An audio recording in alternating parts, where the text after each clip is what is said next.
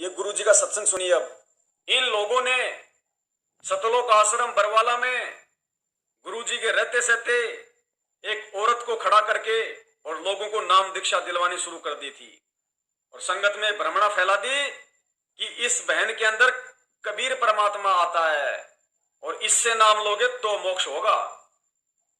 पुण्यात्माओं, इतना बड़ा खेल ये खुद अपनी बुद्धि लगाना। आश्रम के अंदर आप और हमारे जैसे आम भगत ये हरकत करने की सोच भी नहीं सकते। तो ये हरकत कौन करेगा? ये हरकत मैनेजमेंट ही करेगा।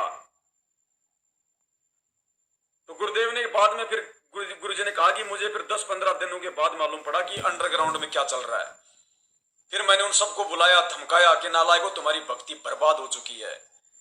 फिर गुरुदेव ने कहा कि ऐसे झटके काल के बहुत आएंगे और आगे, लेकिन भ्रमित वही होगा जो मंद बुद्धि होगा। तो आज सतलोक आश्रम मैनेजमेंट हरियाणा के चक्कर में आके भ्रमित वही लोग हुए हैं और वही लोग आज हो रहे हैं जो मंद बुद्धि हैं।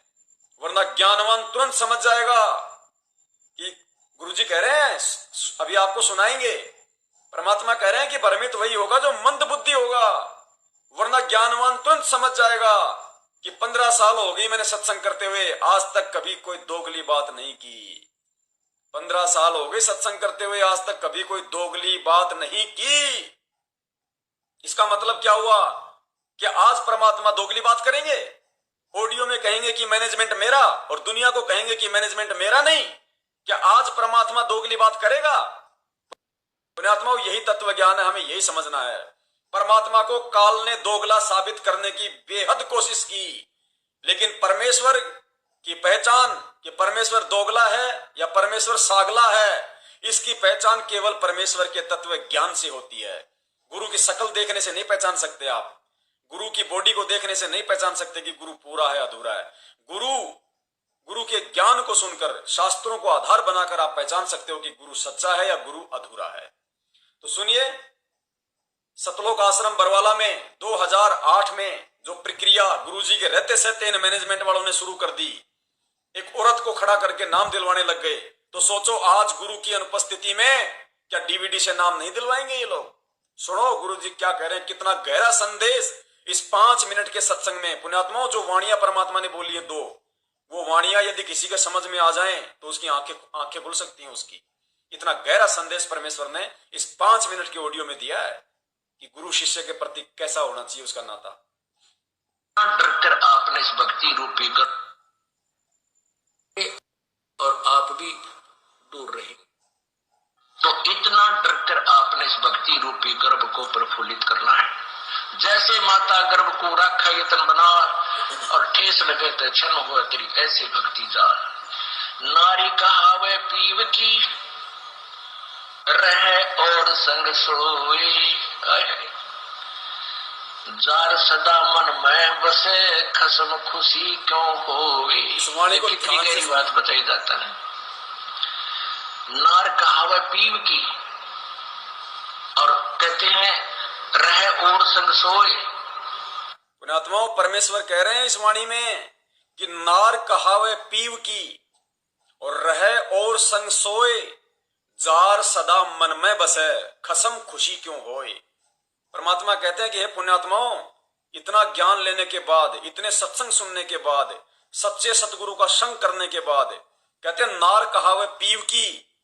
नार यानी औरत, नर यानी आदमी, नार कहते हैं औरत को। नार कहावे पीव की यानी तुम भगत तो कहलाते हो उस परमात्मा के, तुम आत्मा तो कहलाते हो पीव की, परमात्मा की। कहते हैं रहे और संग सोए। पुण्यात्मा ये हमारे लिए संकेत कर रहे हैं परमात्मा कि नार कहावे पीव की, कि नालायको तुम भगत तो कहलाते हो मेरे संत रामपाल के, और रहो और संग सोए, और सो रहे हो तुम मेरे भाई के साथ। जिस प्रकार कोई औरत अपना पति तो कह रही है अपने पति को और सोती किसी गैर पुरुष के साथ में है, पति उसका कोई और सो रही यानी संग किसी गैर पुरुष का कर रही है। तो कहते हैं नार कहावे पीव की, तुम भगत तो कहो संत रामपाल जी के, और रहे और संग सोए, और किसी गैर मर्द के पास में तुम सो रहे हो, उसकी बातों में तुम चल रहे हो, उसके आदेश तुम मान रहे हो। कहते जार सदा मन में बसे, ये दोष तो खुद तुम्हारे अंदर है, ये दोष खुद तुम्हारे अंदर बसा हुआ है, तरह तरह का ये मैल तुम्हारे अंदर जमा है। कहते जार सदा मन में बसे, फिर खसम खुशी क्यों होए, वो खसम, वो गुरु, वो परमात्मा तुम्हारे से क्यों कर प्रसन्न होगा, क्यों खुश होगा तुम्हारे से, जब तुम्हारे अंदर इतना मैल भरा पड़ा है कि गुरु तो तुमने मुझे बना रखा और आदेश मान रहे हो इस मैनेजमेंट के, मेरे भाई के, इन भगोड़ों के। तो कहते दोस्त तो तुम्हारे अंदर भरा हुआ है नालायको, मैं तुम्हारे से कैसे खुश हो सकता हूं, कैसे तुम्हारे से प्रसन्न हो सकता हूं मैं। इसलिए परमेश्वर इस वाणी के माध्यम से समझाना चाह रहे हैं, ध्यान से सुनो इनको, एक एक वाणी हीरे मोती है।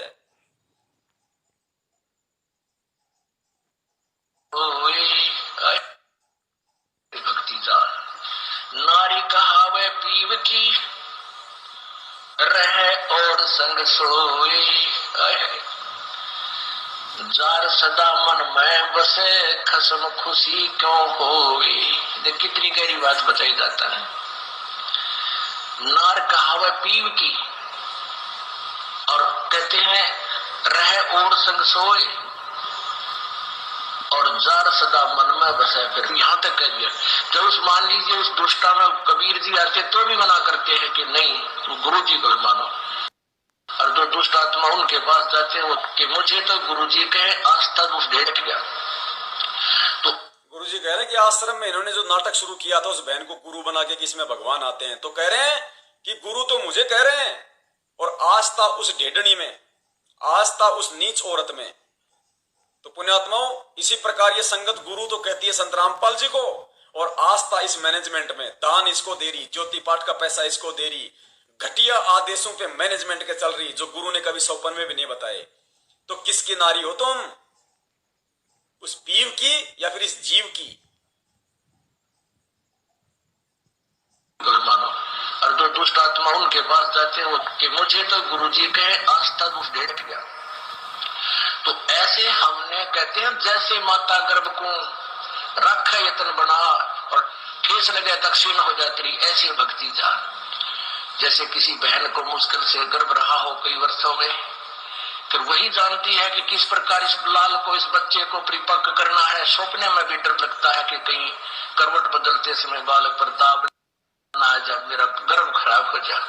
कितनी चिंतित रहती है, ऊंचे नीचे पर पैर ना टिक जाए, भगवान कहीं खान पीने में ऐसी गर्म वस्तु ना खा लो जिससे मेरा बालक खराब हो जाए। तो इतना तुम एक एक वाणी में गहरा संदेश, एक एक वाणी में, जैसे माता गर्भ को राखे यत्न बनाए, ठेस लगे तो छिन हो तेरा ऐसे ये गर्भ जाए। जैसे माता गर्भ को, गुरुजी ने क्या संकेत किया कि जैसे किसी बहन को काफी वर्षों के बाद में बच्चा हो पेट में, फिर उस बच्चे को सुरक्षित रखने के लिए वो कितने यत्न करती है, ऊंचे नीचे पे पैर ना रखा जाए, किसी खड्डे में पैर ना लग जाए, खाने पीने में कोई ऐसी वस्तु ना खा लूं जिससे मेरे बच्चे को नुकसान हो जाए। तो पुण्यात्माओं जैसे माता गर्भ को, वो माता हम है भगत, वो औरत हम है, और वो गर्भ परमात्मा ने हमें जो नाम दे दिया, जो मर्यादा दे दी, वो हमारा गर्भ है, बच्चा है वो बच्चा खंड ना हो जाए, उस बच्चे पे कोई आपत्ति ना आ जाए, उस नाम पे कोई दिक्कत ना हो, गुरु की मर्यादा भंग ना हो, उसके लिए कहते हैं वो माता कितने यत्न करती है, ऊंचे नीचे पे पैर ना रखे जाएं, कुछ ऐसा वैसा ना खा लूं। तो हमने उस माता की तरह पुण्यात्माओं ये राजनीति में धक्के खाने से पहले सोचना चाहिए था कि मैं कहां धक्का खा रहा हूं, कहां मेरा ऊंच नीच पे पैर जा रहा है, मैं कौन से राजनीतिक आरक्षण में, जाटों के आरक्षण में जा रहा हूं। हम वो ऊंच नीच तो छोड़ो, संगत ने तो उस गर्भ को तो भूल गई कि पेट में कोई है भी गर्भ, कि हमने कोई नाम भी ले रखा है संत रामपाल जी का। और गुरुजी तो कह रहे कि ऊंच नीच पे पैर धरने से भी सोचना चाहिए। और भक्तों ने तो गुलाटियां मारी है, गुलाटियां, निष्फिक्र होके कि मौज मस्ती करने का टाइम है, पिकनिक मनाएंगे। कई दिन हो गए गुरुजी ने मर्यादाओं में बांध रखा है। गुरुजी से जब से नाम लिया तब से कुछ कर ही नहीं पा रहे, कोई हा हुल्ला ही नहीं कर पा रहे, मौज मस्ती नहीं कर पा रहे, यार दोस्तों के साथ में गपशप ही नहीं कर पा रहे। तो उस गर्भ को तो दिया फेंक संगत ने, और जाटों के साथ बैठ के वहां गपशप मौज मस्ती, वो बियर लगा लगा के डीजे पे डांस कर रहे हैं, आरक्षण के गाने चल रहे हैं, डीजे हरियाणा वाले, संगत ऐस कर रही है, मौज कर रही है, वो हुक्का पाड़ वहां हुक्का पाड़ रहे हैं, गंदी नजर हमारी माता बहनों पे डाल रहे हैं, और हम को साइड में रख के उनके साथ में गुलाटियां मार रहे हैं वहां पे। ये वाणियां क्यों कही परमात्मा ने, किस लिए समझाई थी? मनोरंजन के लिए नहीं बताई वाणियां, ये आज के दिन के लिए बताई थी। और ये केवल उन्हीं आत्माओं ने इन वाणियों पे अमल किया है जो सतगुरु के पक्के हंस हैं। और जो कच्चा हीरा था वो जा जाके जाट आंदोलन में, जा जाके रैलियों में, धरनों में इन कुपात्रों को दान देके इन्होंने फिर उन्हों को दान दिया है। अपना सारा गर्भ इन्होंने सत्यानाश कर लिया, अपने पूरे गर्भ का, उस बच्चे का, उस नाम का सत्यानाश कर डाला उन लोगों ने। आपने इस भक्ति रूपी गर्भ को प्रफुल्लित करना है। जैसे माता गर्भ को रखा यतन बना और ठेस लगे तो क्षण हुआ तेरी ऐसी भक्ति जान। नारी कहावे पीव की रहे और संग सोए, जार सदा मन में बसे खसम खुशी क्यों होवे। देख कितनी गहरी बात बताई जाता है। नार कहावे पीव की और कहते हैं रहे और संग सोए, और जार सदा मन में बसे फिर खसम खुशी क्यों होए। आन उपासना अन्य पुण्यात्मा, ये वाणी परमात्मा ने 3 बार बोल दी कि नार कहावे पीव की रहे और संग सोए, जार सदा मन में बसे खसम खुशी क्यों होए। पुण्यात्मा, परमात्मा बोलना तो चाह रहे थे कि नालायकों तुम्हारे सामने वो समस्या आएगी, तुम्हारे को भी इसी तरीके से तुम्हारा जो ये भक्ति रूपी जो गर्भ है इसको बर्बाद करवाया जाएगा। लेकिन परमात्मा बोले नहीं, क्योंकि परमात्मा ने ज्ञान आधार से ये परीक्षा लेनी थी कि देखता हूं ये स्वयं उन विपत्तियों से, उन आपत्तियों से, उन संकटों से निकलने का प्रयास करते हैं मेरे ज्ञान को आधार बना के, या फिर अपने इस भक्ति रूपी गर्भ को उनके इशारों पर इसको खंडित कर देंगे, इसको बर्बाद कर देंगे।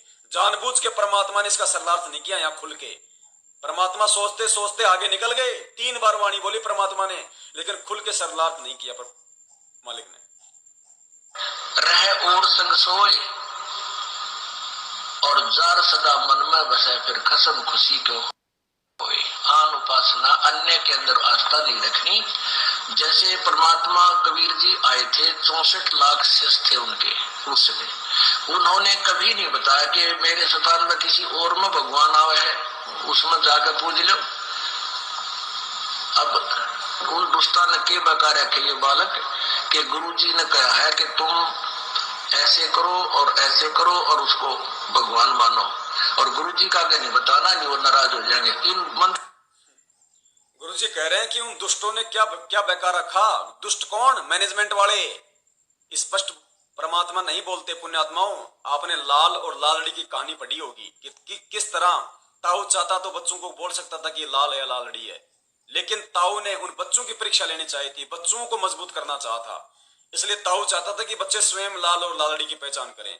तो गुरु जी कह रहे हैं कि उन दुष्टों ने संगत को बहका रखा था कि इसमें भगवान आता है, इसको पूजो, इससे नाम लो और सुनो, ये गुरु जी का आदेश है। लेकिन गुरु जी से मत पूछना इस बारे में, वरना गुरु जी नाराज हो जाएंगे।